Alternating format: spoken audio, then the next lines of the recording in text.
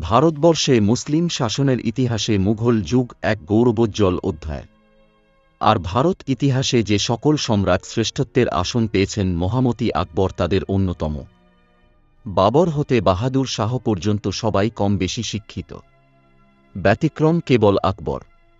বাবরের আত্মজীবনী, গুলবদনের হুমায়ুন নামা, জাহাঙ্গীরের আত্মজীবনী, দারা শিকোর দার্শনিক রচনা, আওরঙ্গজেবের ফতোয়াই আলমগিরি ইত্যাদি হতে জানা যায় মুঘল সাম্রাজ্যের কথা।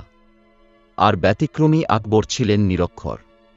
বিগত শতাব্দীর 6-এর দশকে আমাদের লেখকের বিশ্ববিদ্যালয়ের ইতিহাস বিভাগ হতে হিস্টোরিক্যাল এ সারা উত্তর ভারত ভ্রমণে নিয়ে যাওয়া হয়েছিল। 2-5 জন ছাত্রের মধ্যে আমি, লেখক, একমাত্র মুসলিম। তুফান এক্সপ্রেসে গিয়ে আগ্রার রাজা কিমান্ডি স্টেশনে নেমে ঠাঁই হল আগ্রার শিলাজা হোটেলে। সকালেই রিজার্ভ বাসে ফতেহপুর সিক্রি, আকবর বাদশাহের রাজধানী। নামতেই বাঁ হাতে পড়ল বিরাট তরুণ বুলন্দ দরওয়াজা, ভারতের সর্বোচ্চ গেট। গেট ছাড়িয়ে ঢুকতেই আকবর বাদশাহর ধর্মগুরু সেলিম চিশতির মাজার, সাদা মার্বেল পাথরের জাফরি দিয়ে ঘেরা। গাইড ইকবাল আহমদ কুরেশি বলে চলেছেন, আপকা জো এরাদা হ্যায় ইয়াদ করনে কে বাদ আপনা কাপড়া ফার কার বাঁধ দিজিয়ে। অর্থাৎ আপনার যা ইচ্ছা বা আশা তা মনে করে নিজের কাপড় ফেরে তা বেঁধে দিন। জাফরিগুলো ছোঁড়া কালিতে ভর্তি। পাশে কাওয়ালি গানের আসর। পায়ে পায়ে এগোতেই দেখি একটা মিনার। গাইড বললেন, হিরণ মিনার। আকবর বাদশাহ কা এক হাতি থা উস্কা মাকবারা। এক কথায় হাতির কবরে মিনার। পাশেই হাওয়া মহল, 4 তলা, বেগমদের হাওয়া, বাতাস, খাবার স্থান। উপরে উঠলাম, ওখান হতে জয়পুর দেখা যাচ্ছে। পাশেই দাবা খেলার জন্য বড় হল ঘর, সাদা কালো মার্বেল টালি বসানো। এক একটি ঘরে এক একটি যুবতী মেয়েকে খুঁটি হিসাবে ব্যবহার করতেন বাদশাহ, জানালেন গাইড। সত্যমিথ্যা আল্লাহই জানেন। ওখান হতে এগোতেই চোখে পড়ল গোটাটাই লাল পাথরে বাঁধানো একটা বড় পুকুর, যার উপর কোনাকুনি 2টি রাস্তা মিশেছে পুকুরের মাঝখানে, বর্তমানে ফ্লাইওভারের মত। আর ওটাই তানসেনের আসন।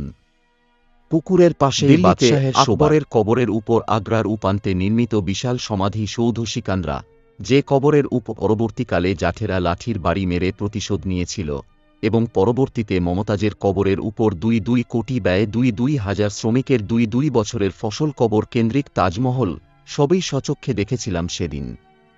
আজও সেগুলো মাথা তুলে দাঁড়িয়ে আছে মহাকালের সাক্ষী হয়ে, আর জানান দিয়ে চলেছে বাদশাহদের প্রবর্তিত বিদাতের নিদর্শনের কথা আপামর জনগণের মধ্যে। বাদশাহন বাবরা আজ আর কেউ নেই, সবাই চলে গেছেন। কিন্তু আজও যায়নি সেই শরীয়ত বিরোধী প্রথার প্রবাহগুলো। সেই প্রবাহ কিন্তু থামেনি, সমানে চলে আসছে। এ প্রবাহের রোধ দরকার। বহরমপুরে গোরাবাজার হাই স্কুলে শিক্ষকতার জীবনে একদিনের একটি ছুটির নোটিশ। বেড়া উৎসবের ছুটি। সদ্য স্কুলে ঢুকেছি। সহ প্রধান শিক্ষক অপর্ণা ভট্টাচার্যকে জিজ্ঞাসা করলাম। উনি বললেন, বেড়ার ছুটি। বললাম, সেটা কি উৎসব? বললেন, কি রকম মুসলিম বেড়ার ছুটি জানে না? ভারতের লালবাগের হাজারদুয়ারিতে গঙ্গার উপর হালুয়া রুটি সমেত সোনার প্রদীপ ভাসানোর উৎসব। জানতাম না, আমার জানা হল।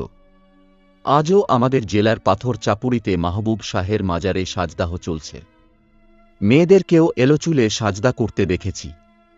দেখার জন্য সেথায় গিয়ে মনে হল, লাতুশরিক বিল্লাহ আর মুহদাসাতুন বিদাহ, বিদাতুন জালালা, জালালাতুন ফিন্নারে একথাগুলো কি মুসলিমদের বোধে আসে না? বিদাত আজ মুসলিম সমাজকে ঘিরে রেখেছে অক্টোপাসের মত। এ বাঁধন ছাড়াতে না পারলে যে মুক্তি নেই। যেতে হবে অধঃপতনের অতল তলে। ছাত্র জীবনে ঐতিহাসিক ভ্রমণে গিয়ে উত্তর ভারতের পথে প্রান্তরে যা স্বচক্ষে দেখেছি, যা গাইডের কাছে শুনেছি এবং যা ইতিহাস বইয়ে পড়েছি, তার উপর ভিত্তি করেই এ লেখা। আমার নিজস্ব কথা নয়। আল্লাহ আমাকে, আমার পরিবারবর্গকে তথা সমগ্র মুসলিম উম্মাহকে শিরক বিদাত মুক্ত জিন্দেগি গুজরানের তাওফিক দিন। আর আমার এ লেখনী যদি কোনো ভাইকে দিনী দাওয়াতের কাজে লেগে শিরক বিদাত হতে এতটুকু নড়াতে পেরে থাকে, তাহলে আয়ানের পরিবর্তে তানসেনের 6 রাগ 36 রাগিনীর সুল্লিত ব্যঞ্জনায় ঘুম ভাঙ্গত দিল্লীশ্বরের। এবার দেওয়ানিয়াম, সাধারণ সভাগৃহ ও দেওয়ানি খাস, বিশেষ সভাগৃহ এবং আকবর বাদশাহর যোধপুরী বেগমের শোবার ঘর যোধাবাই প্যালেস, মন্দির প্যাটার্নের এক বিরাট মহল। দেওয়ালের চারিপাশে রামসীতা হনুমান প্রভৃতির ছবি আঁকা। আর অনেক খালি তাক। গাইড জানালেন, জব আওরঙ্গজেব আয়াত তাক সেসব মূর্তি লেকার যমুনাকে পানি মে ডাল দিয়া।